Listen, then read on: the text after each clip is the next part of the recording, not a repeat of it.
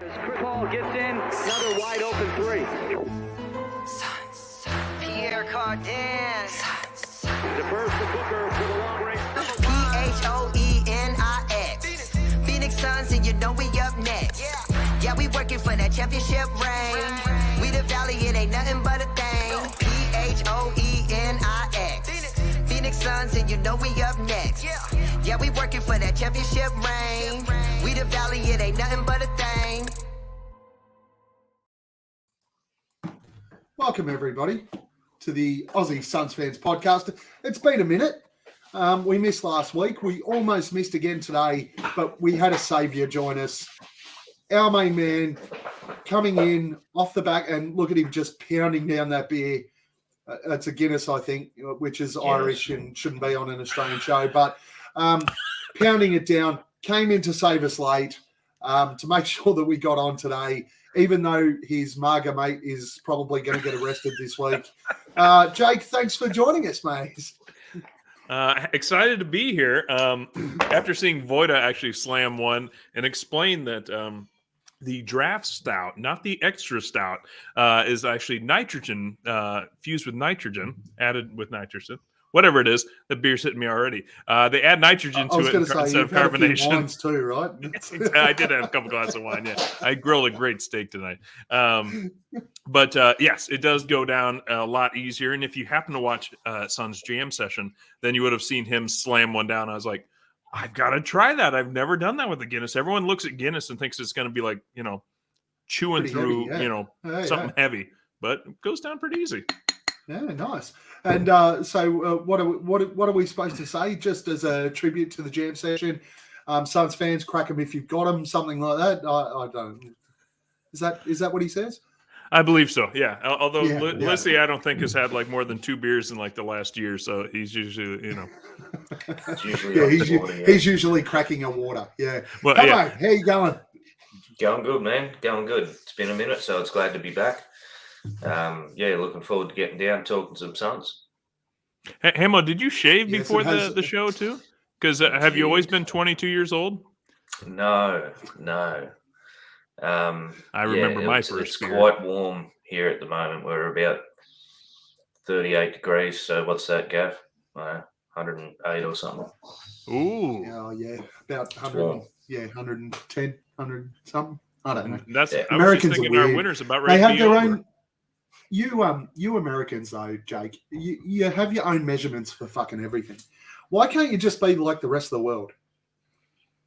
I think if there's one country that would understand us, it would be Australia. That would have been like, yeah, fuck those Brits, mate. Let's go ahead and go jump into the inches and like drive on the right side and all this other stuff. Yeah, let's measure things in feet. You that there's some just like backwoods old hillbilly that's like, well, it takes me about 6 of my feet to get from this room to the next room, so let's call it feet.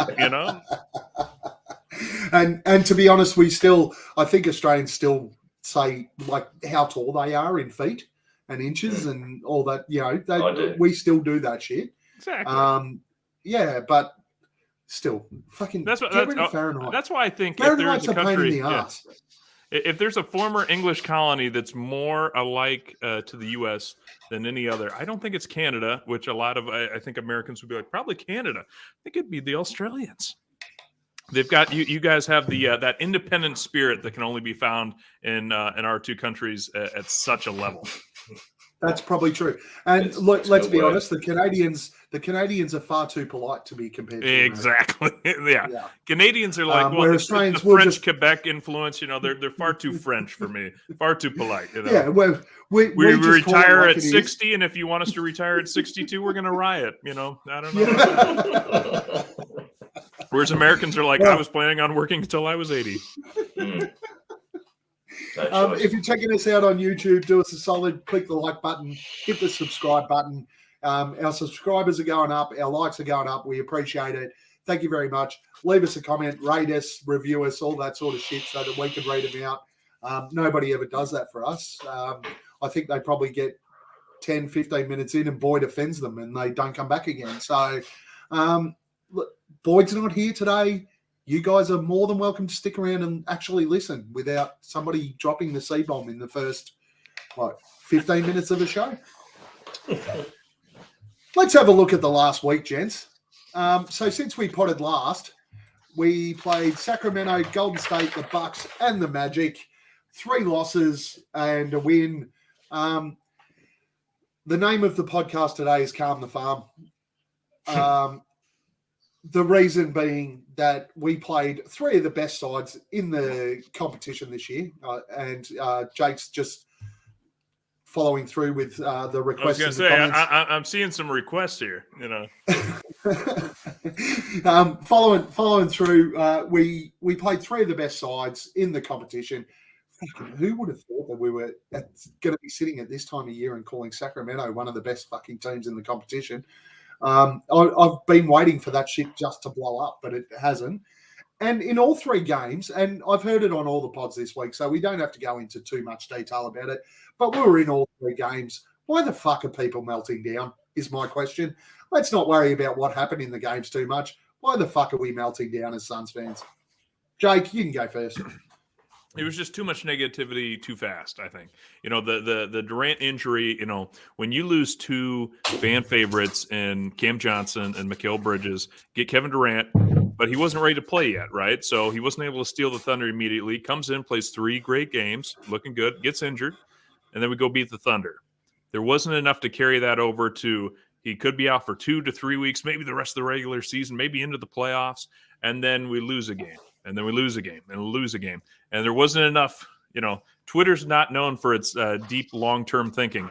But when you finally step back and said, wait a minute, we lost 3 games in 4 nights to 3 of the top teams in the league. Last year's champion, the leading team, the best record team in the Eastern Conference, and the second best record in the Western Conference. It took Suns fans a second to pull back and to realize, wait a minute, I think we're still fine.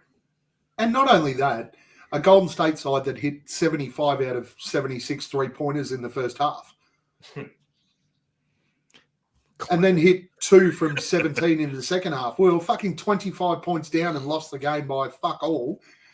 But we lost our collective minds about, let's be honest, that okay. We'll go through. We won't address the Bucks so much because we won't play them until the finals if we have to play them. But let's look at the West. We're fully healthy. Kevin Durant comes back. And let's be honest, this is my feeling. I'm sure you two feel the same way. All that the Suns are doing at the moment is being cautious, right, with Durant. Yeah. They're just saying – James Jones came out. I've said it on Twitter a number of times as well, which is what my belief was. And then James Jones came out and said it. If this was playoffs, Kevin Durant would be playing. 100%. We're just being cautious at the moment because I think when you were on Fanning the Flames the other day, Jake, Justin said it. We won 64 games last year, and what did it fucking amount to? Mm-hmm. Nothing. What we give a fuck about is what happens in April. In April to June is where it matters. So who gives a fuck whether Kevin Durant's playing at the moment? And we're going to talk about the West later. The Wild Wild West, nobody wants to win anything anyway. Right. That's the one good thing, right? Is if we're losing games, don't worry. The people behind us are losing too. Everybody else is too. All of a sudden, from our last game against Orlando, we've gone from one game and everyone going, we're 1 or 2 games out of dropping completely out of the play-in to 4 games clear of like 6th and 7th in the loss column in 3 days. And that's because Golden State went on the road, and we all know that those fuckers are just useless on the road. But Sacramento, are either of you two really worried come playoffs that Sacramento is going to beat us in a 7-game series with Kevin Durant? That was a long breath from Sir Hammo. I'm not worried about them when we're healthy. I think healthy, we've got them taken care of. But we do have a few risky, niggling injuries. That's why, as you say, being cautious, let KD take a couple of weeks, man. Get it sorted. Well, we don't. And I know on a couple of the other pods they were saying, well, after we lost those 3 games, they're going, well, maybe he needs to come back before that 3 weeks now and blah, blah, blah, blah, blah, and all this sort of shit. Pre the Magic game, there was probably a little bit of concern around whether or not we needed to bring him back early. But the last 4 days have basically gone, hey, let him rest again. We're 4 games clear. At worst, we're going to finish what fourth or happened fifth. last time Kevin Durant come back early from an injury? He wasn't playing for us when he was playing with the Warriors. And it could have ended his career. It really could have. Mhm. Yeah, different one though. It's a different injury, Achilles but and all injuries, if it's because that looked fucking horrible. Mm. the rolled ankle. The rolled ankle. Honestly, I do that. I do that every week. When you walk the sidewalk, not even on the court. Yeah. Fuck, I still play Masters basketball. I do that in warm-ups every week. And my warm-ups are certainly not as vigorous as Kevin Durant's.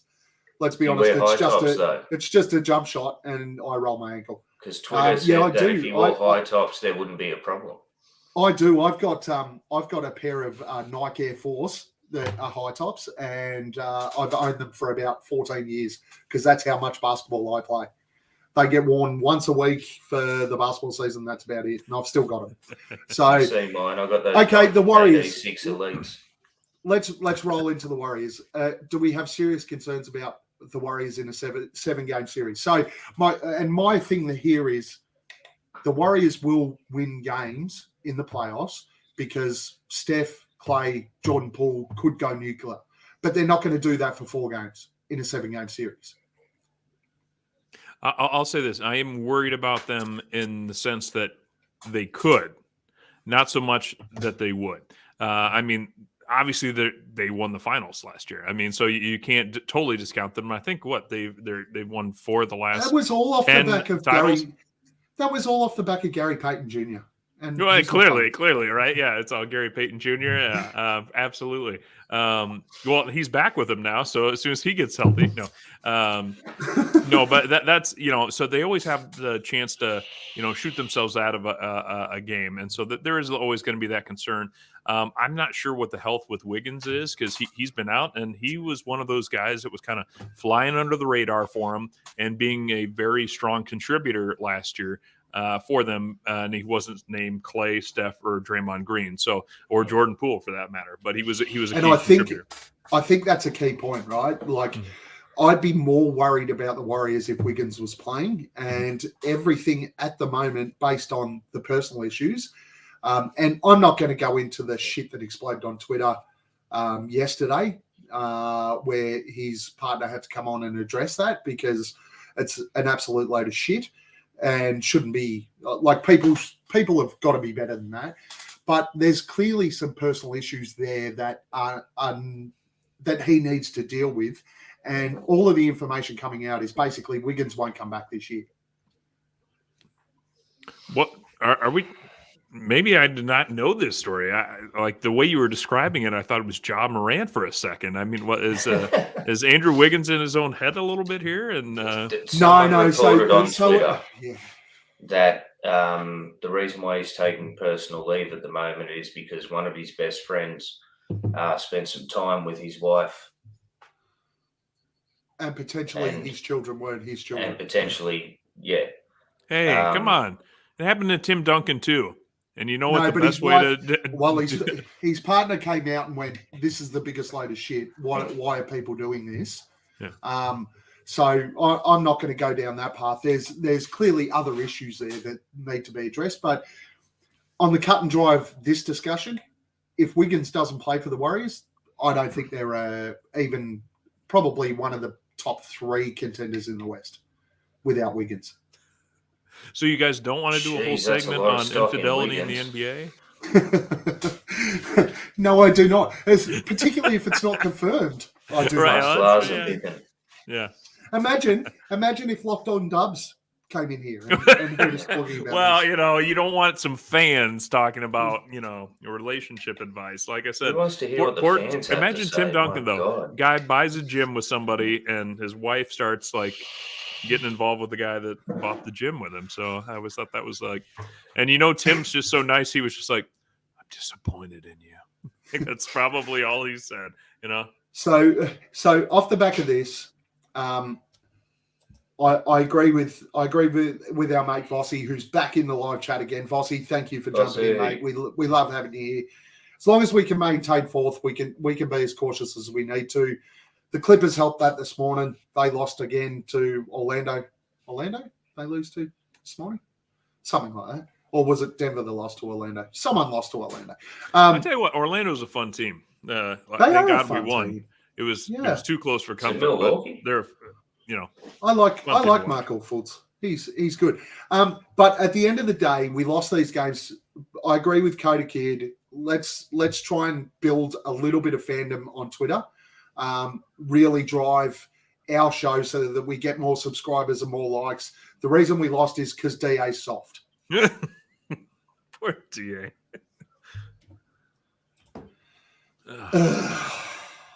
The Magic won today, man. They beat the Clippers.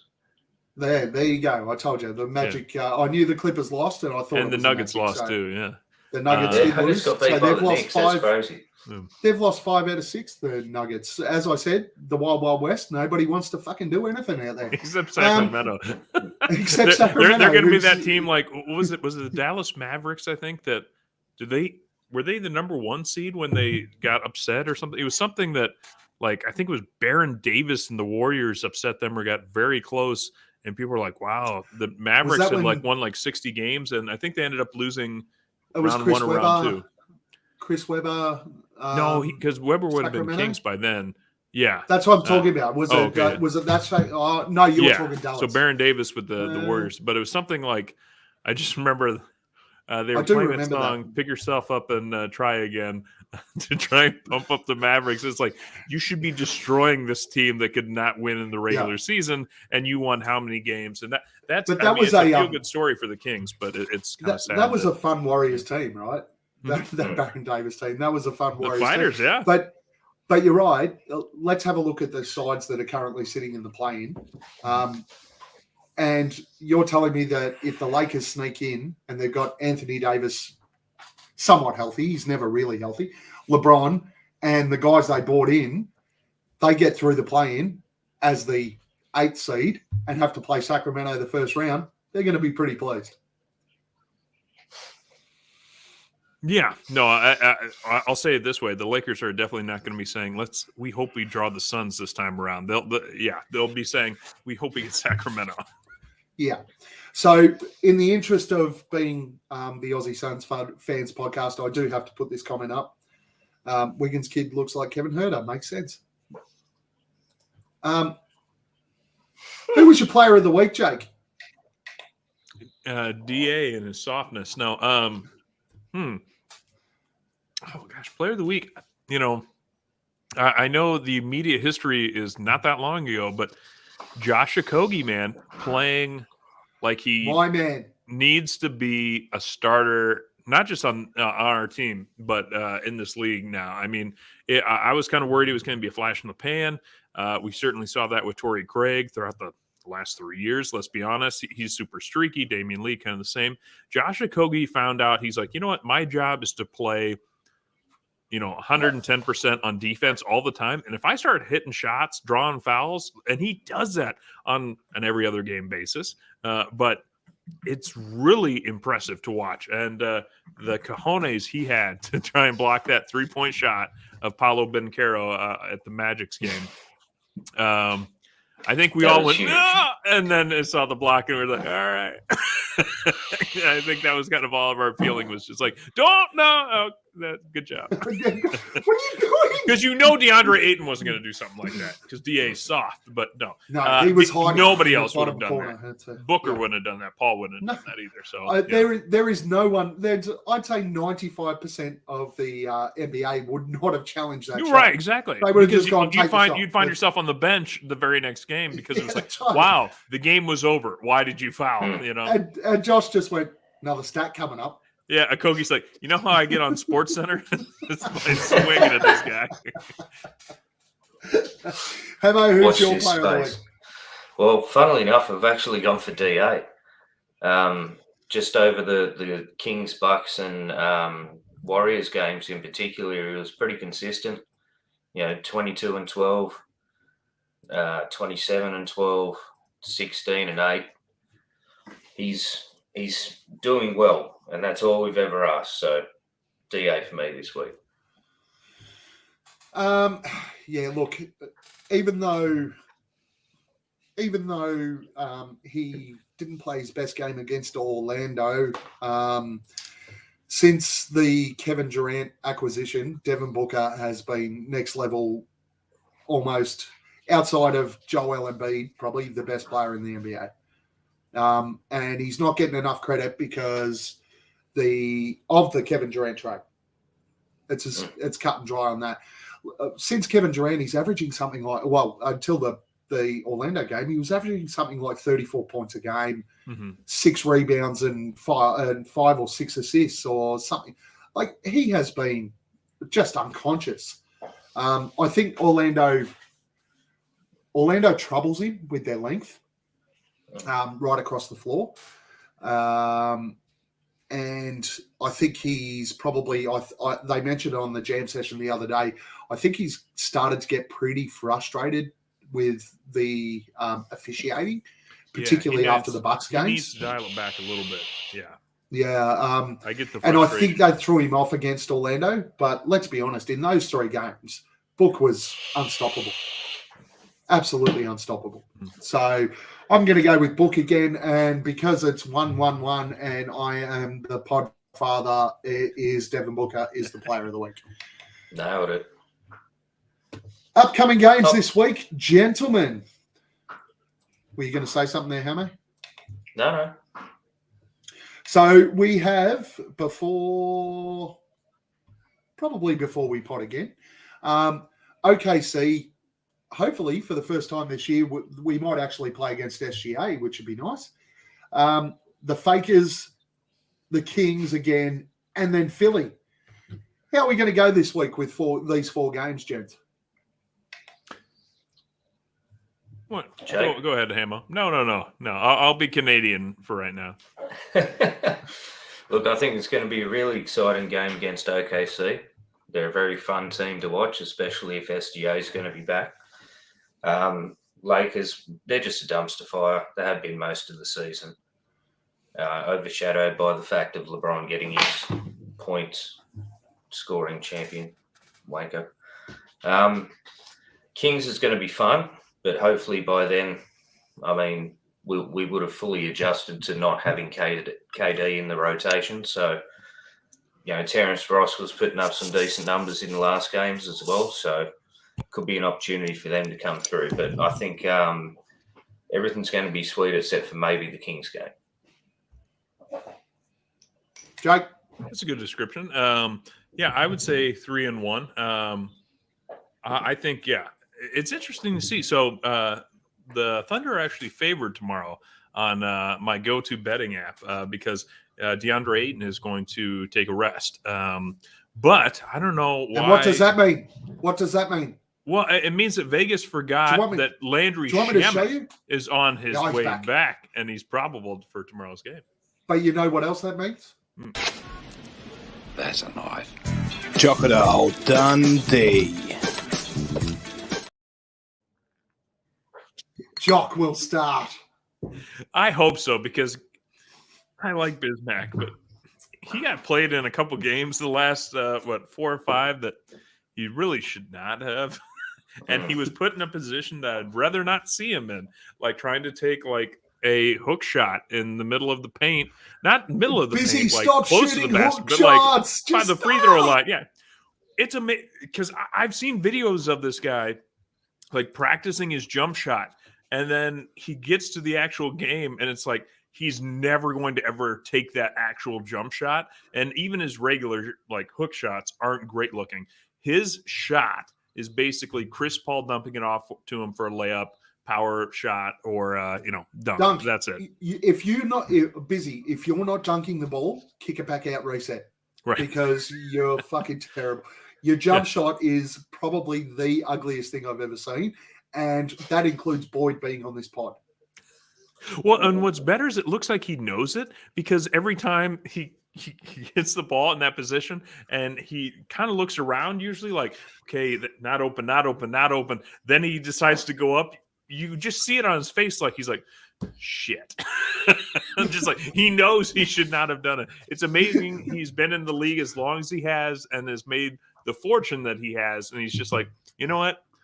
I don't need to ever improve this. My shot will always be what it is. The dude blocks shots like a motherfucker. He's a great defender. His hustle's fantastic. And he's one of the nicest blokes in the NBA. So whatever. Was that it goes you, to Hammo? Christmas past? That was me? Okay. Jesus. Yeah. Sorry. Yeah, anyway. Block shots like a motherfucker. Defends really, really hard. He's great. I love Busy. But just unless you're dunking the ball, Biz, just don't. Please. Please, no more. Please.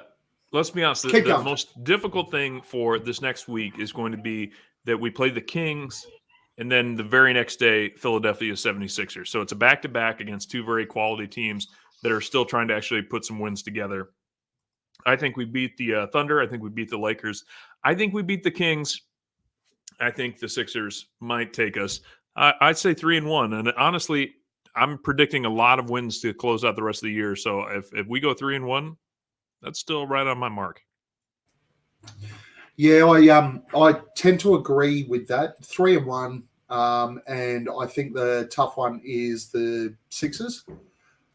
Granted, though, the Sixers game is at home, which probably gives us a little bit of an advantage. I certainly can't see KD back in these 4 games, though. So, Embiid is just absolutely firing. Depends on how many games that DA misses. Based on how the Suns have operated this year, he's probably going to miss 3 weeks. Who knows? As long as we beat the Lakers in this 4 games, though, I just don't care. Yeah, no, the Lakers lost to the Rockets. A few days ago. You know, it's. I just want to hurt their chances at being in the play-in. Right. I mean, we beat them, 10 times straight? Yeah. I like that they're in it because it allows the national media, for some reason that's obsessed with LA, to continue to say, hey, can the Lakers go the distance? No, they can't, and they won't. But as long as you're paying attention to the NBA and the Suns, who will wreck them if we go up against them, then absolutely, come watch. And that's the thing. There is still national pundits that are going out there going, oh, if the Lakers get in there, they're one of the contenders in the West. They're fucking not. Mm-hmm. They are not a contender in the West. They may get out of the first round if they manage to play Sacramento. But you put the Lakers up against Memphis, the Suns, Denver, Golden State, the Clippers. They're not getting past any of those teams. They're going to be broke unless down those teams are completely wiped. It's the only way they will get past it. I don't even think they can get past the Sacramento, just based on the way that Sacramento are built. Yeah, Sacramento's probably the worst team that the Lakers can play, based on the pace they play the game. Because the Lakers are not a pacey side, right? Whenever someone pushes the ball against them, they get exposed. Look at the loss to Houston, right? Mm-hmm. Houston are all kids. They push the ball. And the Lakers couldn't handle it. Now, you think throwing LeBron back in there is going to stop the pace that Houston plays at? Or is going to stop the pace that Sacramento play at? There's a reason the Lakers do that. And it's because they're broken old bums. Adding D'Angelo Russell, who went fucking 0 from 8 from 3 and 1 from fucking 14 from the field the other day. Is he going to have some okay games? Yes, he is, because sometimes the sun shines on a dog's ass. But come on, guys. If you're going to play, if the Lakers are going to go into the playoffs and play a half-court offense, which is all they can do based on the lineup they have, if they're going to play a half-court offense in the West, in the playoffs, they ain't winning 4 games in a playoff series. No, they're going to get broke down and beaten play before that. Yeah. None of the teams they would match up against at this point could they take out. They could get, if there was some sort of twist of fate and they ended up finding the T-Wolves or something, then maybe, but it's not going to happen. So anyone in the chat want to throw in your prediction for this week, do so. We had a couple there. Coda Kid, 4 and Zip. Aaron, 3 and 1. Are we concerned about how much basketball Devin Booker's playing at the moment? Given that KD's out and the Suns are effectively, and let's look at the last week as an example, 3 losses and a win. Book carried a lot of the load on those games. Outside of the Magic game, they probably pulled him back a little bit in the Magic game, but those other 3 games, he carried a lot of the load, right, Hammo? Definitely, man. He's fine with that workload, I reckon. You know, he lives by the... So you're not the concerned that legend- he's playing too much? No, not at all. He lives by the be legendary mantra, man. You know? He's a soldier. He's gonna go out there every chance he can get and prove that he's not one of these blokes that will sit out games or you know, there's no need. He's fine with the workload, my opinion. No, I would agree though too. You know, Booker's not 35 and has to, you know, look at himself and go, "Oh, geez, maybe if I do 30 minutes this game, it's a little bit better than doing 35." I mean, he's still a young guy. Is it a lot real fast? Absolutely, that's true. And I think, as you point out, Gavin, the Magic game, Monty even brought that up. He said, "I've been playing him a little hard the last handful of games, so let's cool him off a little bit." But you know, we played the Thunder, in what less than a little over 12 hours from now. I could see him go off on him. You know, he's going to have some time to rest after the game, and so why not? But I'm not worried about, you know, if it was like a Chris. Well, we've lost Jake. He's frozen up. Good point though that he was making. I think the advantage we've had this week, even though we played Sacramento, Golden State, and the Bucks, sort of 3 out of 4 days, we've had a couple of games with 3 or 4 days rest in between, right? Definitely.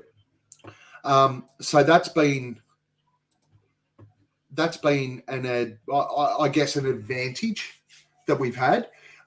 Is we've had a couple of games with extra days rest. So yes.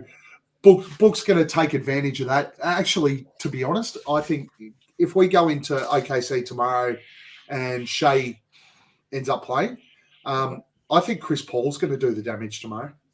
Yeah.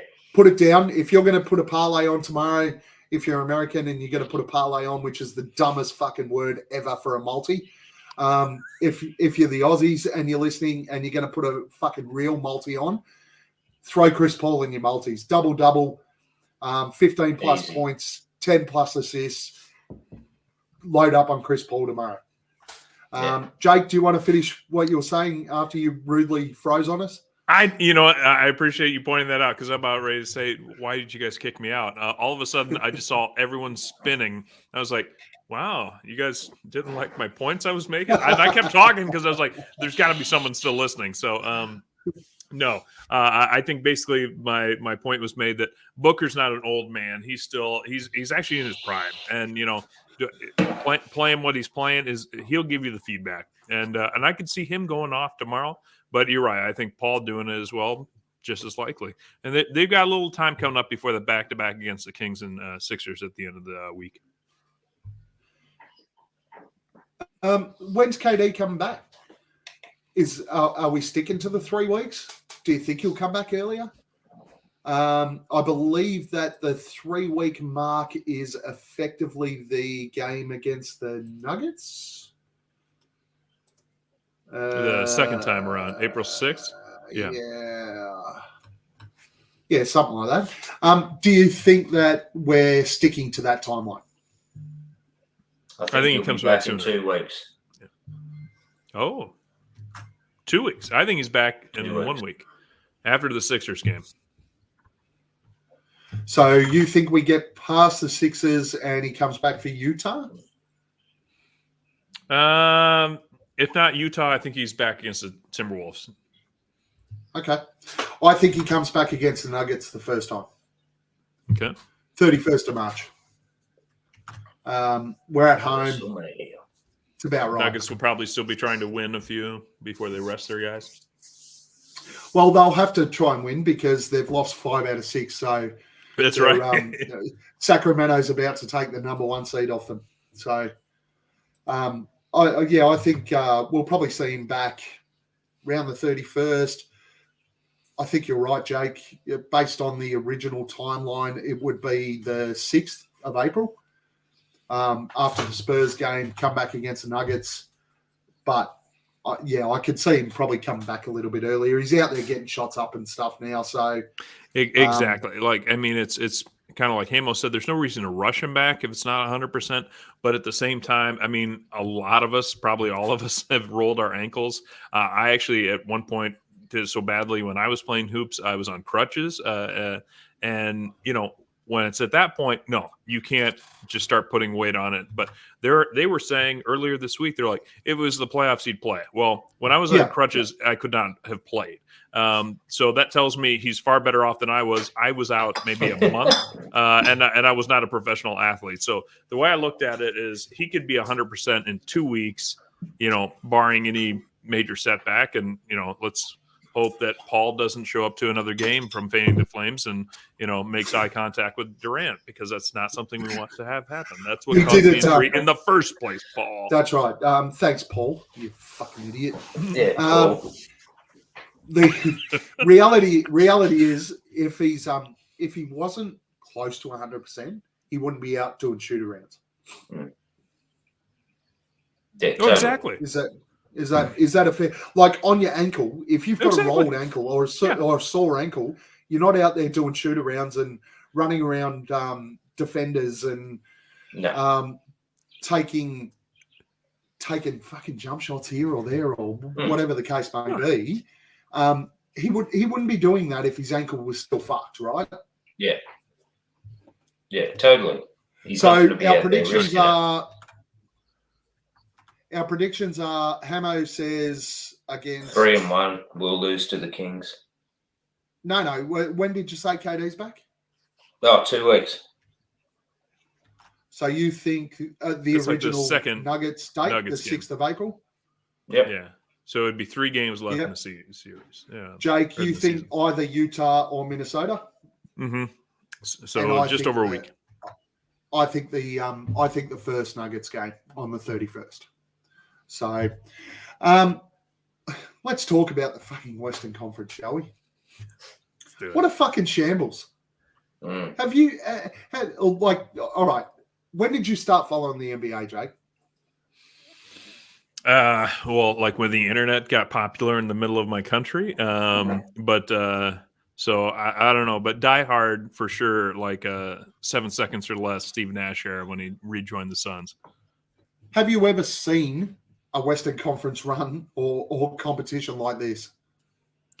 Not at all. You know what it reminds me of? It reminds me of the Eastern Conference battles of over the last 20 years, with a few exceptions, but it reminds me of them where with the only difference being that every time that was happening in the Eastern Conference, everyone was saying there's no one that can win in the East. Everyone looks at the Western Conference and says, look how jumbled up it is. We don't know who's actually going to make it. But, the Lakers who aren't even looking like they'll make the playoffs, they could win the whole thing. So, I mean, it's, the analysts, so-called analysts, don't know what to make of it yet. Well, even if you go down to 12th place, right? Right now, as it stands, 12th place, half a game out of the play-in is the New Orleans Pelicans. Uh-huh. Now, you go back to early Jan, they were first in the West. And people were talking about them as a legitimate contender coming out of the West. Yeah. And now they are half a game out of the play-in 12th. But if they make the play-in and Zion gets back, which he's approximately 2-3 weeks away, and they actually get healthy and they make the play-in, legitimately they're a side that worries teams, right? Like, I know that if we go back to January, February, half of Suns fans were going, the one that worries me the most is the Pelicans. Now, at the moment, they sit outside the play-in. But if they are healthy and they make it, they're a genuine concern for a lot of teams. Yeah, they really are, man. And we don't tend to do too well against them especially in New Orleans. So they have always been a bit of a threat to us personally. But, I mean, you look at the two massive shocks of the Western Conference, in my opinion, is, the Pelicans being so low and also the Blazers. You know what I mean? They've always been there causing I don't dramas. think the Blazers But are fucking the terrible. two surprises, the standouts, are obviously the Kings and the Clippers. Like, who the fuck would have thought with broken down ass Kawhi Leonard and stupid old man Paul George, they'd actually be like in the top 6? It's ridiculous. So nationally, nationally, though, it's like watching monkeys try to fuck a football. But if you go back television. to the national narrative at the start of the season, the Clippers were absolutely one of the sides that had wind blown up their ass, right? As Suns fans, we sat there and went, fucking Kawhi hasn't played for 3 years. We're not worried about the Clippers. But if you look at, even last week, fucking dumbass Kendrick Perkins came out and went, the Clippers are coming out of the West. Dude, no, they're not. But there's still everybody there. There's only 2 teams between 1 and 10 at the moment that have zero chance of going out of the West. Everybody else, if everything lines up right for them, could get out there.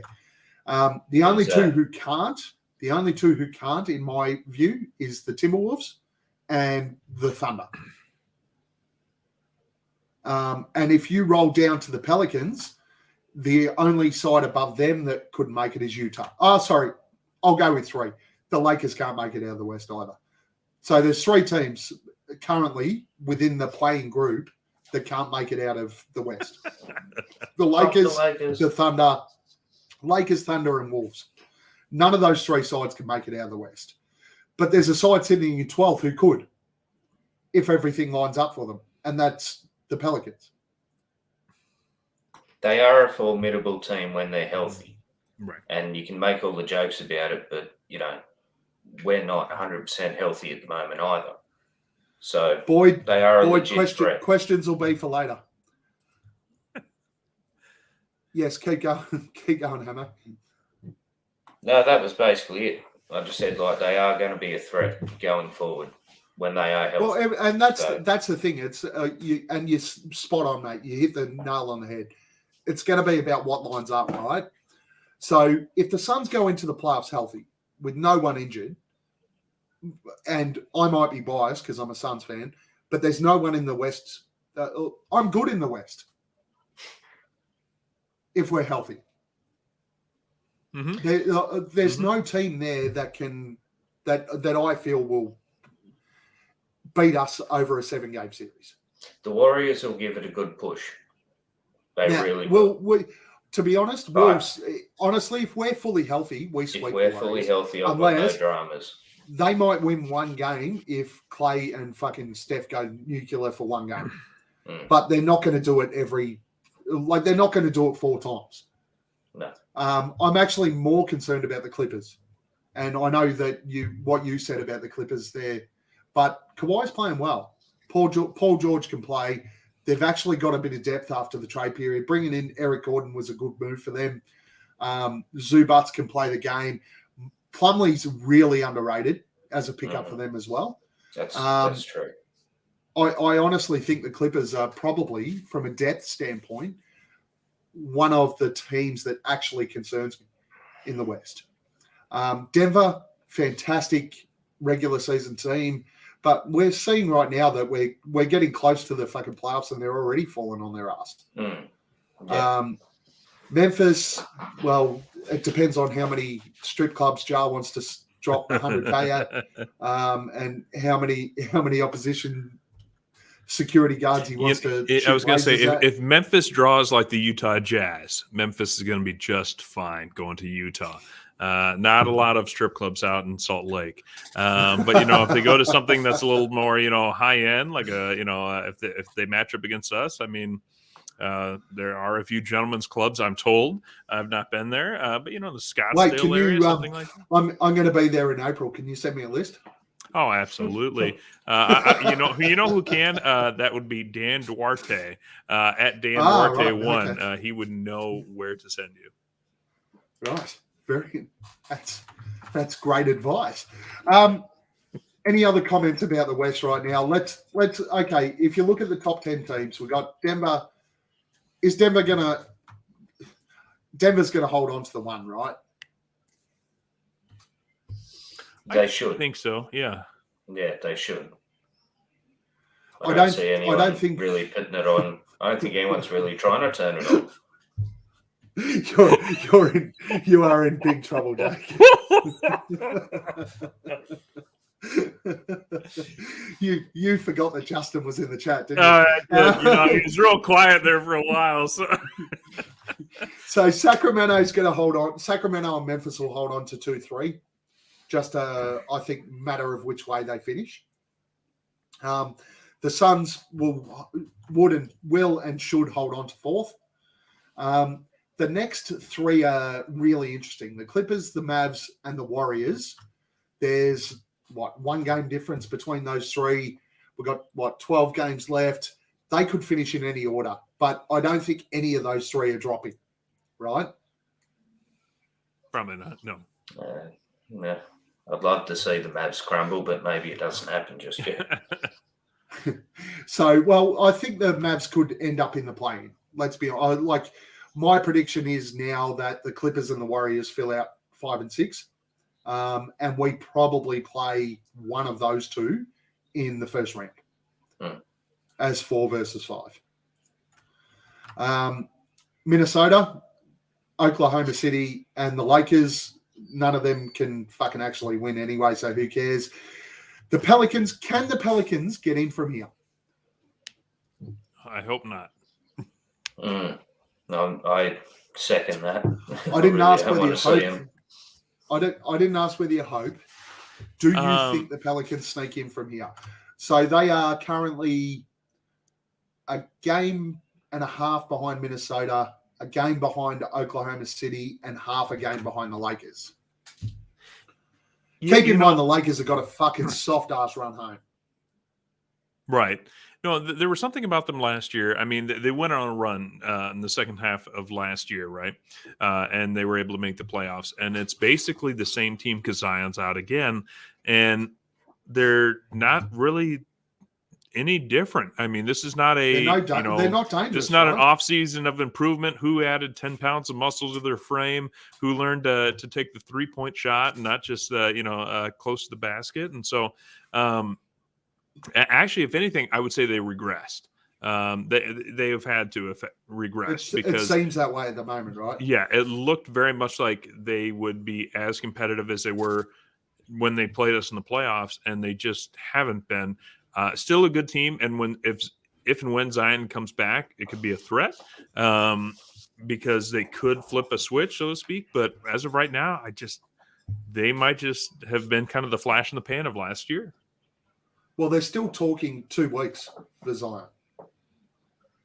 And that's if he doesn't eat all the gumbo and, crawfish down there, because if he does, it's a lot of weight. Yeah, a lot of weight on those knees. Yeah.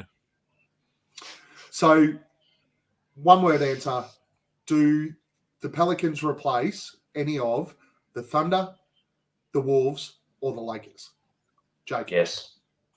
Yeah, the Thunder. I think the Jake. Thunder will actually. I think the Thunder are going to, as much as we might go up against SGA tomorrow, but the Thunder with their draft picks, I mean, they don't want to win, right? They exactly. Imagine your boss hoping that you stop working so hard at your own company.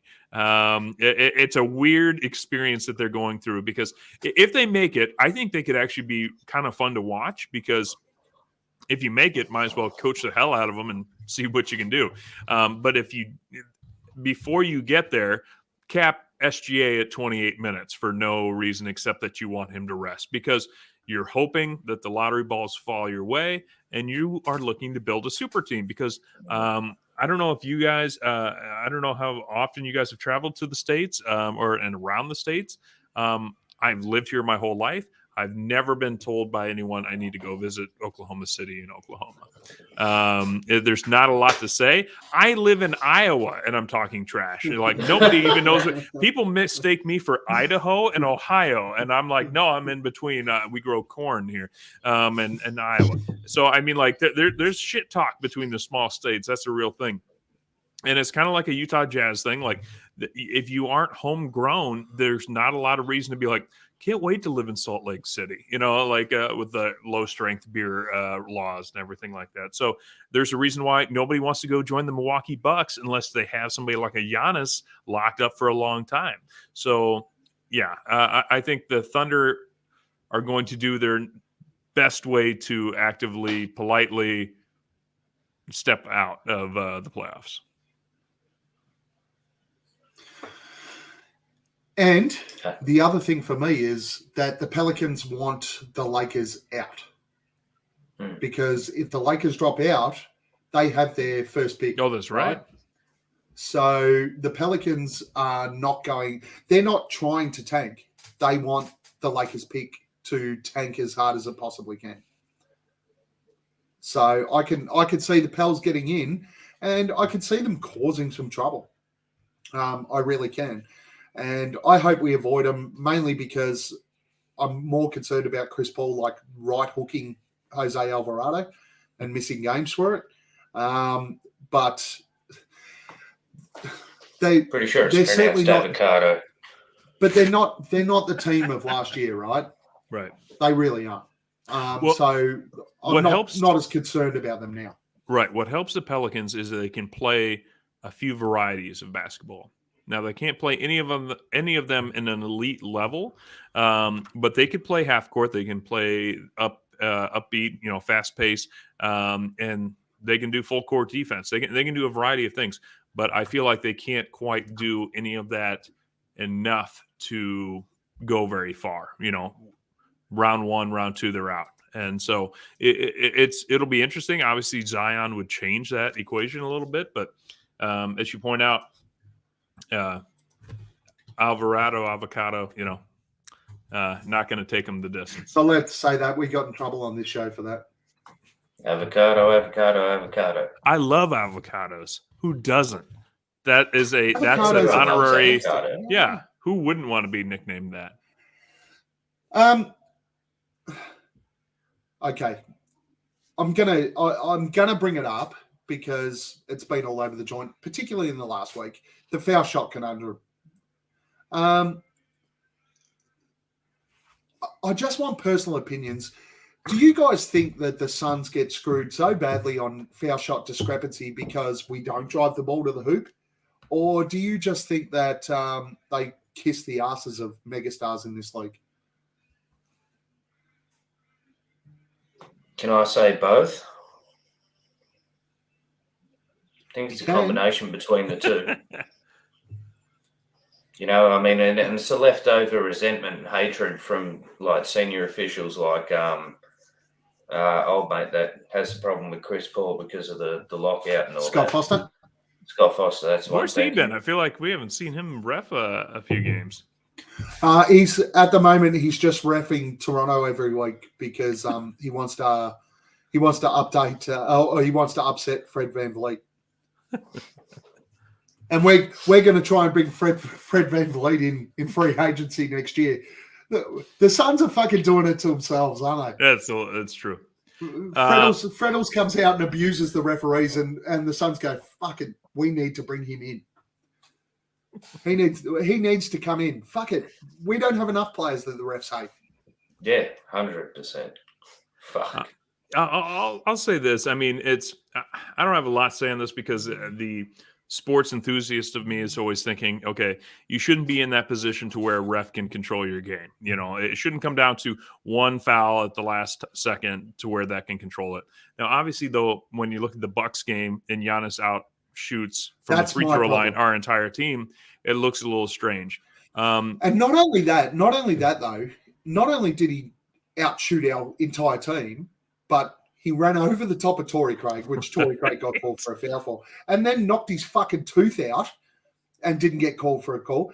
Mm. And I think it was a couple of plays after the one where he ran over the top of Torrey Craig. Book drove to the line. Bobby Portis basically grabbed him in a bear hug, kissed him, licked his ear, put his finger in his ass, and Book turned around to the ref and went, how's that not a foul? And he teched him. Might have been Booker's birthday. Yeah, I haven't seen a grope since like that since I last saw Boyd on your podcast. But no, what Portis was doing was just a little bit nasty to Booker. But I will say this: at the same time, if we're going to call ourselves the mid-range mafia, there is a little bit of an acceptance of a finesse approach to the game. Yeah, of course. And so it's something that, as I mentioned on Fanning the Flames, I expect that we won't have the edge in free throw attempts. It should never have been what it was at the Bucks game. No.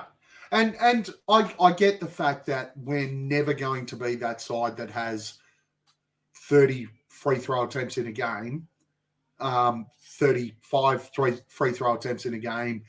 That's and exactly what you said, Jake. We're talking about the fact that our team does get to the mid-range and shoot jump shots a hell of a lot more. Mm-hmm. But we shouldn't have a player running over the top of people and getting 26 foul shots when we're getting 16. The league, you take it back 10, 15 years even, and go back to when Ginobili was with the Spurs, right? And he would just flop, and like they start talking about like an anti-flop rule. And it seems, I don't know what has happened, but all of a sudden they don't know how to identify a charge call anymore. And what was happening to Torrey Craig and other players who were getting hard shoves, extensions of the forearm, was not being called. And it's they have to get a grasp over this before the playoffs start, because it could get real messy real fast, because you'll get very frustrated players. And like we've seen with Booker, Draymond Green, and some other players that are very even more emotional certainly than Booker, because he's not the worst of them, that's for sure. But they will start getting upset and taking swings at players, saying, no, let me show you what a foul looks like. And and so I hope that the refs can kind of get a hold on, okay, Giannis plays aggressive. That's awesome. It's fun to watch. I mean, if you like physical basketball, it's kind of fun to watch. But at the same time, he can't be a train. And the old, like, yes, if you're stationary, it's easier to call the charge. But it's also if you have position and are squared up to the opponent and they bring on the contact, it's either a no call or a charge. You can't say that the guy that was just trying to guard you is automatically fouling you by being in front of you. And that's the problem for me. If you look at the calls side by side, right? So if we go back, I think it was the Sacramento game, they called an offensive foul on Booker. And the Suns reviewed it, and they maintained the offensive foul on Booker. It was against Sabonis, when Sabonis rolled around on the ground holding his face and whatever else. Like during that play, he tackled Booker, grabbed his arm. The player on the other side grabbed his arm, and they ended up holding the offensive foul on Booker for hitting Sabonis. Then we go back and we see the Giannis thing, and you go, well, how are you calling the charge on Booker, but not on Giannis? Then the other one for me is the text, right? Luka Doncic jumped up and down, flipped, swore at the referee, did half a lap of the court, did a handstand, yelled at the crowd, no tech. Devin Booker got twice in a row. The first one against, might have been Golden State, got called for a foul, turned around to the ref, put his hands out, got teched, then got tackled by Portis, got teched. Get some consistency in the way you're going to call the game. If you're going to punish players for arguing calls, then fucking punish players for arguing calls. Mm-hmm. But don't let somebody chuck a complete and utter fucking mental breakdown and let him go with it, and then have someone turn around and go, why are you calling that? And you tech him. Mm-hmm. Well, Brendan's got the point of the night right there. Is that ever since they changed that rule so that if you kick your leg out trying to draw contact, that's an offensive foul. It seems they've forgotten that you should not be able to drop your shoulder and drive through somebody. Again, if you want to do it a no call, fine, that's fine. Let it go. Yes, but don't call it a foul on the guy that tried to absorb the contact and got knocked backwards. That doesn't make sense to me at all. So I'm with you, right? So the Sacramento game, I posted something on Twitter and said, the first 5 minutes of that game, the referees put the whistle away. There was a lot of contact, everything, but they let the guys play the game. I'd much rather see that, right? So the Giannis one where he ran over the top of Torrey, just make no call. Let him play. I'm good with that. That's fine. It's just got to be more consistent. It's the only problem. So before we move on to the fun segments, I just want to give a shout out. I know on Twitter he can draw some hate and some love and all that sort of stuff. But did you guys see the young kid was getting bullied, all that sort of stuff? Leesus gave him some tickets, went to the game. He got to meet Book. He got to meet Ishbia. He got into the back of the rooms. Chris Paul signed some shoes for him. He got the fan of the game. He was on Fox 10 News today being interviewed. Shout out to Leesus. That was a cool thing to do, right? I was a little bit nervous, though, when I found out about the drug usage and the drug sales that the kids been. No, just kidding. No, that was a beautiful story. Actually, thanks. A special credit goes out to Suns Geek for covering that story, which is the first place I saw it at. And he handled it in a very, high character way and put a lot of the thanks to Leesus and the kid. And it was pretty special to see. And not only Leesus, but shout out to the Suns, right? Like they embraced that. Leesus contacted one of the security guards, took him out in the court with Book, but they took him back. All the Suns players got around him. So shout out to the Suns organisation too for doing the right thing. Hammo. Hell yeah, man. No, 100%. I mean, being able to be in a position to help someone like that is a blessing by itself. But that's what's so good about the Phoenix Suns fan base is we're all together. You know, we're ride or die, and I've never seen a fan base that's stronger than Phoenix Suns fans. And that's the kind of stuff that can happen with the power of, friendship through fandom and social media. You know, the good parts of it. It's a huge thing, and you should be very proud, Leesus. Well done. Yep, and as I said, he can be polarizing on Twitter. There's some that like him, some that don't. But personally, I've always said it since we started this pod. Hammo knows it. Suns fans are Suns fans, right? And I think that there's way too much headbutting at times between different Suns fans groups. And I'll give a shout out where I think it's deserved, and it was certainly deserved here. I'm going to go back to a comment from Boyd, just so that I could talk about it. Hey, Jay, can you rendezvous with Gavin in Phoenix and go halves in accommodation? Boyd, we've already spoken about it. Jake and I are having a bit of a back and forth. It just depends on how his calendar and all his trips line up. But motherfuckers, I'm going back to Phoenix. I've never been this pumped. April 20th to April 24th. I am there. Playoffs. Gav's going to be in town.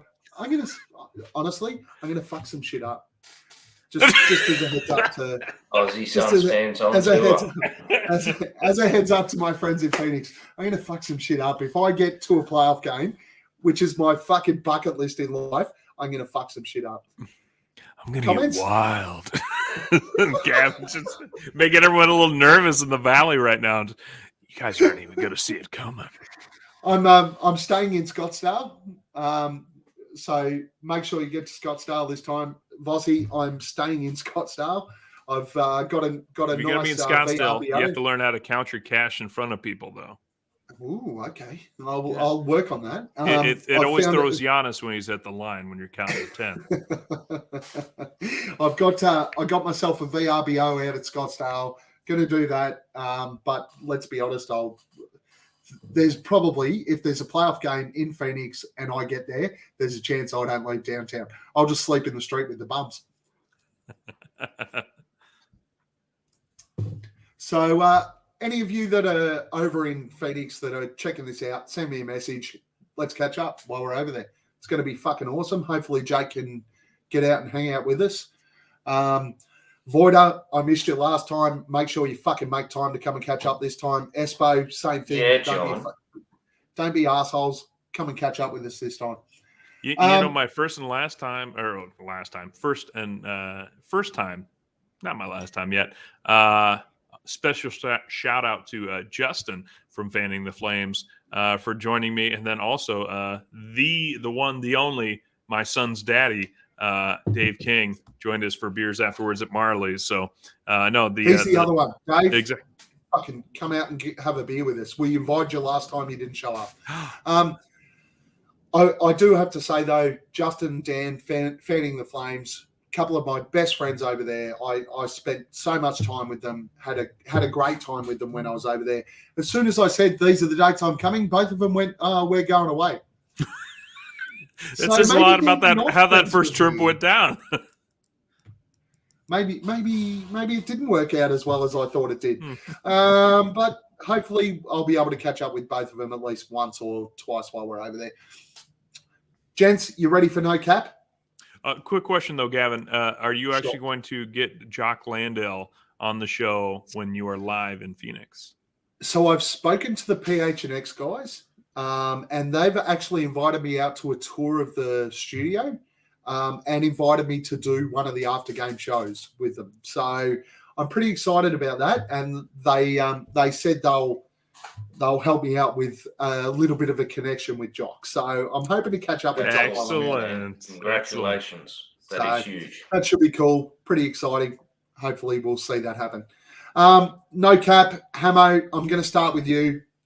30 seconds. We went through it today. You've got a full explanation of where you're at and what you're doing now. Are you ready to roll? Yes, sir. Go. Fuck you, Ben Simmons. You're literally clutching with a K, see what I did there, at straws. No one wants you. Your back, your leg, your head, everything's sore. You're just a fucking wanker and a disappointment to every Australian. Fuck off and just go to Taiwan with Dwight Howard and fuck him. No cap. Nicely done, Hammo. In time and everything. I'm not sure that's Jake's. This is so brutal. Like at this point, it's like kicking a kid when he's down. Fuck him. That's what No Cap is, mate. And I notice you're not wearing one. So, Jake, you ready? Absolutely. Go. All right, let's calm down, Suns fans. We did lose 3 games in 4 days to 3 of the top teams in the league. Last year's champion and 2 of the top teams from the West and the East. We just need to calm down, beat the Magic, get ready to win a lot more games as we move towards the end of the season. It's going to happen. We've got a quality team, and then KD will be back soon. No cap. Nicely done, mate. Nicely done. Well hey, this has been our best No Cap. I wonder why. Maybe because Boyd's not here. My turn, right? Make it happen. All right. Go. Klay Thompson. We get it. You won 4 fucking rings. You did it again today against Memphis, sitting on the bench after you were 20 fucking points down. 1, 2, 3. Dude, stop living in the fucking past. All right? You only are as good as the season you're playing in. Unless you win this year, you're fucking shit. I don't care how many fucking rings you got. Try that shit against Phoenix again. No cap. Nice. You guys went hard in the paint today. Fuck. Anyway. You got to get it out somehow, Jake. It's Hey, true. gents. I would kill everyone in this room for a drop of sweet beer. So, Homer, please feel free to tell us anything. Who do you want to have a beer with, Jake? Ooh, that is an easy answer. And the name is Landry Shamet. Did you guys forget for a half second that he was actually on the roster? Because I certainly did. It was getting that brutal. Has not played since January 16th.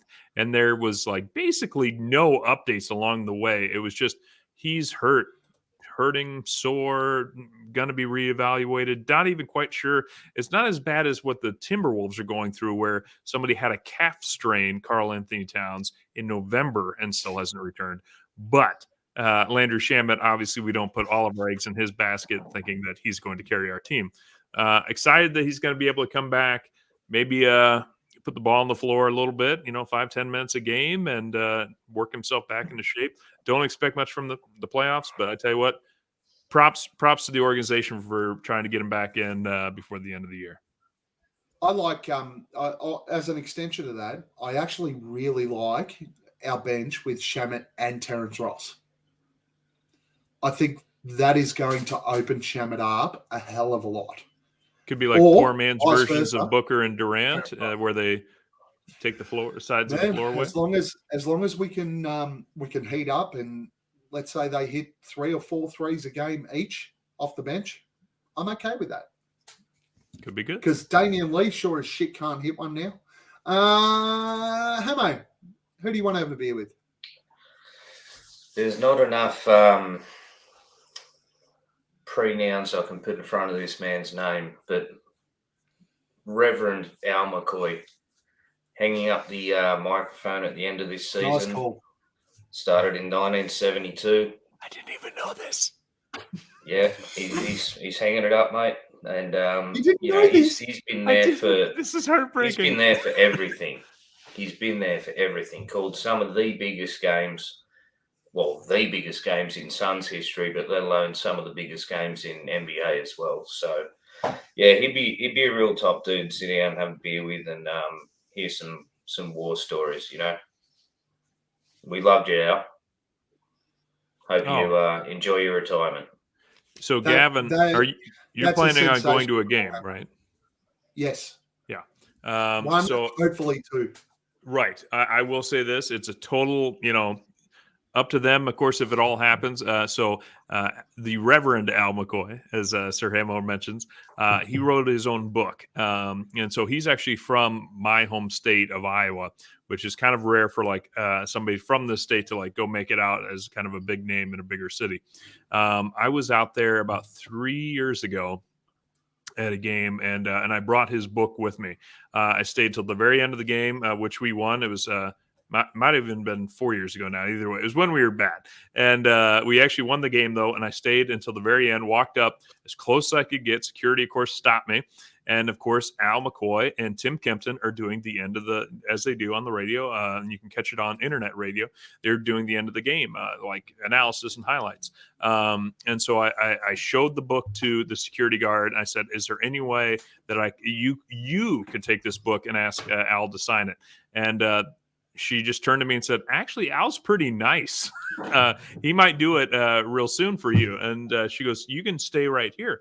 And so next thing I see, Tim Kempton stands up and overhears what's going on and says, Al will be right there with you. He's just got to do a few more of the ads, and then he's closed out for the night. And he came over, shook my hand. Super nice guy. Al comes over, takes a picture with me, signs the book, talks to me a little bit about Iowa and his trip to coming down to Phoenix and being a part of the Suns family. It's if there's a Hall of Famer that's accessible, it's got to be Al McCoy. It was amazing to meet him. Cool dude, and I encourage you to, if you ever get that chance, to stay a little bit later after the game before you head over to Marley's. Oh, I tell you right now, I'll be the last person out of that stadium. If I get those playoff tickets and I'm in that stadium, I will be the last fucking person that leaves that joint. I will stay there until I meet everybody I can. And Al McCoy would be right up there on that list because as a Suns fan in Australia, that was pretty much, well, Al McCoy was what we listened to. It was all we could listen to. Yeah. Even with League Pass, and like I work out on the road, right? I work in sales. I'm out on the road all the time, driving to customers, blah, blah, blah. You can't, obviously, this isn't America. We're not allowed to watch videos while we're driving, Justin. We have to listen to the radio. So most Suns games I listened to over the last 6 years was actually the radio stream with Al McCoy. Suns radio, It was basically on my radio was just Shazam all the time. Yeah. So absolutely one of the things I want to do while I'm there, I missed out a couple of years ago when I was there, but one of the things I want to do is meet Al.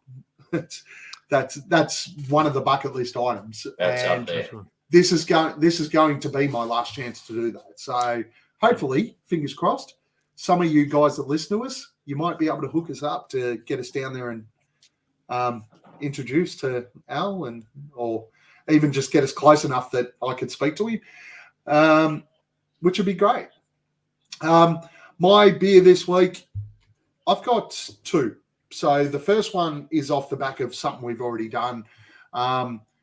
Again, the guy is divisive, all that sort of shit. But what he did for that kid, I just want to have a beer with Lisa's and say well done. It was outstanding. What he was able to put together for that kid last week, and it's still happening for him. And really, really fantastic. Hammo's gone. He's just fucking dropped out. But you said he was controversial. Lisa's was. Yeah, so Hammo must have got upset. Yeah. He thinks he's the one that's controversial.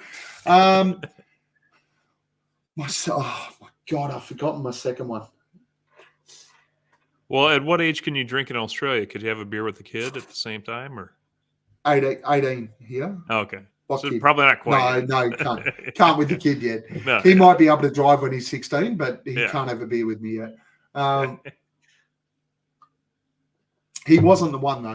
But well, I'm just going to make it up because I've forgotten. But because I'm actually coming to Phoenix in exactly 1 month. Who will you have a beer with? Today. Yeah. I want to have a beer with all y'all. Anyone that watches this show, shoot me a fucking DM on Twitter. Let's catch up. Let's have a beer when I'm over there. I'm there for 4 days. No matter what, if I only get to one playoff game, I only get to one, but I'm definitely getting to at least one. I don't care what I have to pay. Hopefully two. Outside of that, I'll be fucking sitting in Marley's while that game's going on, drinking beers with whoever's in there, and then I'll just walk over and stand in front of the stadium. Happy to catch up with anyone out there. Come over, say hello, let's catch up and enjoy our time. And like I said, I'm staying in Scottsdale, but I don't care. I'll sleep on the street with the bums. Important question, though, Gavin. You are going there in April, but when we win the title this year, are you making another trek back? I will be back. Oh, that is my ultimate. Those are brutal flights. That is my ultimate bucket list, and my wife's already given me approval that if the Suns make it to the NBA Finals, I will be back again. No. The only difference is that my wife has said to me that I need to find someone's floor to sleep on. If I go back to the NBA Finals, I'm not allowed to get a hotel because it's too much money. It's very cool. So, Suns fans out there, if you're watching this and you're over there, you can fly across the world and get tickets. But I'm gonna draw the line at accommodations. You don't get a room to sleep. Pretty much the reason why is she goes, how much a finals ticket's going to cost? And I went, yeah, they're going to be expensive. I only want to go to one game. If I can get to two, that'd be great. But it might be like $800 US for me to go to a finals game. Oh, easy. And she goes, that's fantastic. If you want to go over, that's fine. You can get your flights. You can go over. You can go to an NBA finals game. I know it's your bucket list. I'll support it. But you're not going over for fucking 10, 15 days and staying there for the parade and getting a hotel for that amount of time, because in Phoenix at NBA finals time, the fucking fucking hotels are going to be $700 a night. You would think because It's of fair. obviously winning the title, but you also have to keep in mind it will be in June, and nobody wants to be in Arizona. Hey, I was there in June. It's not that bad. I don't know what everyone fucking whinges about. You have no humidity. It's just dry heat. It's easy. Yeah, I'm just telling you. I'm just telling you what that. We were there in June last year. People were going, "Oh, how are you handling the heat?" The heat was fucking easy. It's not that bad in Phoenix in June. What's wrong with you? Not in June. No, August gets a little rougher. Hey, deal with humidity. That's where it's at. Dry heat is easy. It's true. Easy. Oh, hold on. Justin's going to yell at me. Gentlemen. Time for the flog of the week. And trust me, they are ugly. Very unattractive. Google their face when you're done here. I love that every time I play that, Jake Mouse. Flog of the week this week is Donald Trump because he's going to get arrested. You know, but a lot of people, I just want to say, are going to rally behind me, Gavin, okay? So you keep an eye on the watch, okay? Keep an eye on the clock, on the TVs and all the things, because the people will stand with the person that stands with them. No cap. And I see Elon Musk has already come out and said if he gets arrested, he's going to win in the landslide in 2024. Who's your flog of the week, Hammo? I'm not even going to say Mr. Dylan Brooks. You're just a grade A fucktard, mate. Seriously. You're not impressing anyone. You're not. I don't know what the fuck your aim is, dude, but you just look like a twat. Like, because if somewhere between someone's ball sack and asshole, that's you. Right fucking there. Give it up. Are you calling Dylan Brooks the gooch? He's a gooch. He's 100% the living embodiment of a fucking gooch. I'm pretty sure that most Americans listening right now won't know what the gooch is, but effectively it's the useless piece of skin between the balls and the ass. That's the gooch. That's where Dylan Brooks was. No, in Australia it's the gooch. I'm learning so much. Fuck Dylan Who's your Brooks. flog of the week, He Jake? stands for. It's going to be uncomfortable to say, but Suns Twitter, calm down, gents. Calm down, ladies. It's going to be okay. We have a talented team. Let them put some stuff together. We are going to be making the playoffs. We have a good shot at this, and Durant's out. Calm down. 3 of the best teams in 4 nights. We beat up on the Magic, who are a fun team to watch, and they're trying hard still. Let's win some more games, but take a deep breath and be nice to, fellow Suns fans on Twitters. Cool. Coda Kids flog of the week is the only fans lady I follow. You only follow one lady on OnlyFans? Okay. And a flog? She must have told you he was the only one. I only follow Hammo and Boyd on OnlyFans, so I'm not really sure about the ladies, but good for you.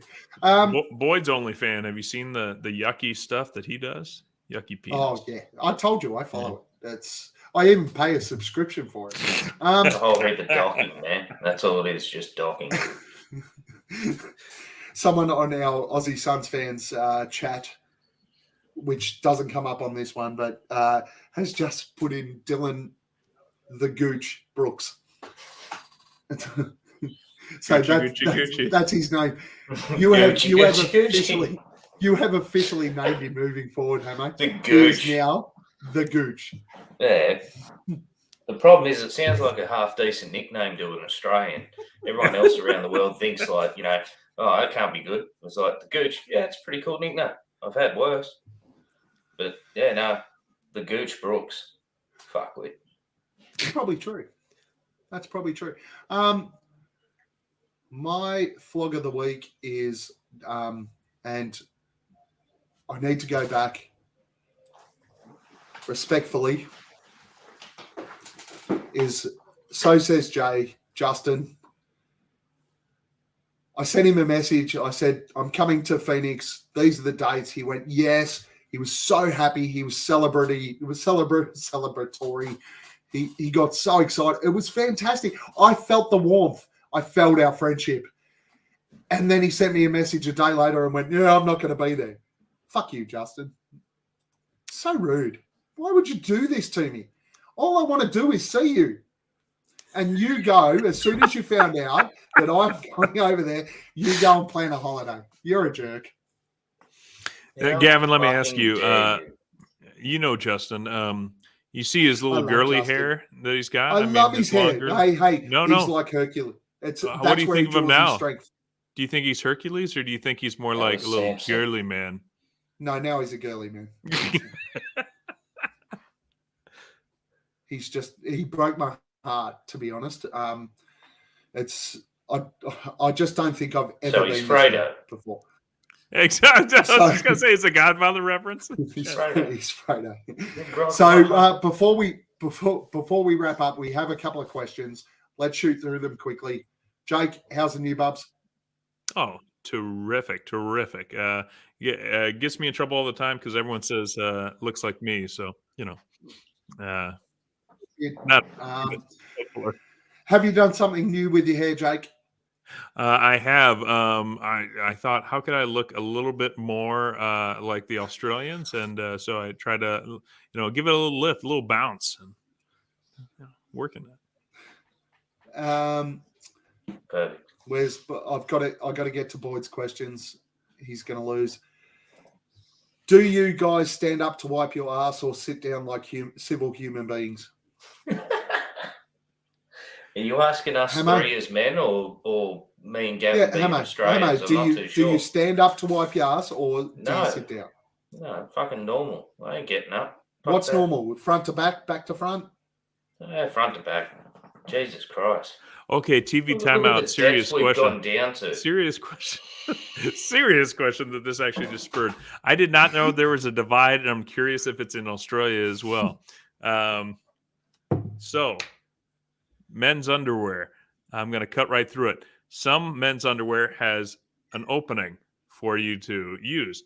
Other men pull their band down and take it out and use it there. I did not know that this was such like a 50-50 split in the States. I always thought that the guys that pulled their whole thing down, like they were like a 5-year-old child at the urinal that has to pull everything down to piss, was a little bit like you're a opening at the front kind of That's guy. what the flap's there for. That's why they give you either the pouch or the whatever it is. So and then when I brought that up in a discussion, they said, well, that's just big underwear trying to make you buy more. It's a corporation move. So I'm not. Only because with the opening at the front, it just falls out. And that's kind of uncomfortable. And a lot of people in Australia you go over the fence shorts. instead of through the gap. I go over the fence instead of through the fence. And only because when you go through the fence, it just falls out. What is happening in Australia where it's just falling out? I mean, there's still a degree of support there. It's just hot. You're not that old either. We're not thinking straight. Do you guys watch Outer Banks? I'm unfamiliar. Never heard of her. I know Outer Worlds. It was a lackluster RPG from Bethesda that also made the Fallout video game series. No, it was all right for a couple episodes. I know the show that they're talking about, but yeah. No, don't. Boy, we don't have flap undies here, do we? You know, Flap you know, Flap. I'm pretty sure you know Boyd needs the flap. He needs that because there's no way he's going to be able to aim without a little bit of, He needs direction. Exactly. Through the flap. Yes, Boyd, you can buy flap undies here in Australia. Person needs to take a piss with 6 fucking witches' hats laid out as a drop. All right, so I think off the back of that, the important question is, briefs or boxers? Boxer briefs. Or do I have to pick two of the ones that nobody likes to wear? No, boxer briefs that's a good answer. Okay. Hammo? Yeah, boxer briefs, Bundies. Get them into you. I just free ball these days. It's easier. Gents, it's been not even a off fucking fun season show. yet. Jesus Christ. It's been a fun show. We've had a laugh. It's been great fun. Jake, thank you for saving our ass. I appreciate it. Thank you to everyone in the chat. Did you guys fill out a bracket? How's your bracket? Honestly, we don't do brackets here. Okay. Just making sure that brackets gone. I saw about 6 teams of mine that I had going deep have all lost so far. But so you're not, from what I'm reading on Twitter, you're not on your own, right? No. Apparently, brackets everywhere are completely fucked, right? Easily, yeah. But then you meet that one person that's like, oh, I thought Princeton was totally going to beat Arizona. It's like, you're not a real person. Yeah. Apparently, there are some. Damn it, I'm chatting to a bot again. So apparently, Boyd untucks his from his sock and pisses on the floor. Boyd, you haven't had your nuts or your penis for at least 10 years. Your missus has them in her purse. And that's why he's got 6 or 7 children with more on the way. And it's also why you're not on the show today, because you're soft. Go to Kids With Me. Go Commando. So your bracket's fucked. Where do we find you on Twitter? Find me at Fallen Or Founder anywhere on else Twitter. for that. That's You can find me on OnlyFans at Boyd Creepy Crawley. And be sure to subscribe. It's only $5 Australian a month. It's pretty good. Hammo. Pretty reasonable. Yeah, it's a Hammo on Twitter, you can find my sweaty gooch on there. Check out our Facebook page, Aussie Suns Fans. Obviously, our YouTube page. We're on Spotify. All those important kind of places that you can find your podcast. Gav's going to tell you how to find the rest of it. Am I? Like, subscribe at Aussie Suns Fans. We're on YouTube. We're on Twitter. Apparently, someone set up an Instagram. I don't even know that it exists, but it's apparently we got one. Follow, like, subscribe, do all that sort of good shit. As I said, I'm still paying a fortune for this shit. So if we can get to a subscriber level that people could start donating money, like the Jam Session and PHNX, that'd be really nice. I'd appreciate that, just so that I can get $5 per show that helps me pay for this shit. Outside of that, we love getting on, love talking Suns basketball with you guys. Hopefully you're still sticking around towards the end. It's been a decently long show. Sorry for keeping you awake, Jake. I know it's pretty late over there. But we've had a ball. And until next time, go fuck yourself, Boyd. As Chris Paul gets in, another wide open 3. Pierre Cardin. Defers to Booker for the long range. Phoenix. Phoenix Suns, and you know we up next. Yeah, we working for that championship ring. We the Valley, it ain't nothing but a thing. Phoenix. Phoenix Suns, and you know we up next. Yeah, we working for that championship ring. We the Valley, it ain't nothing.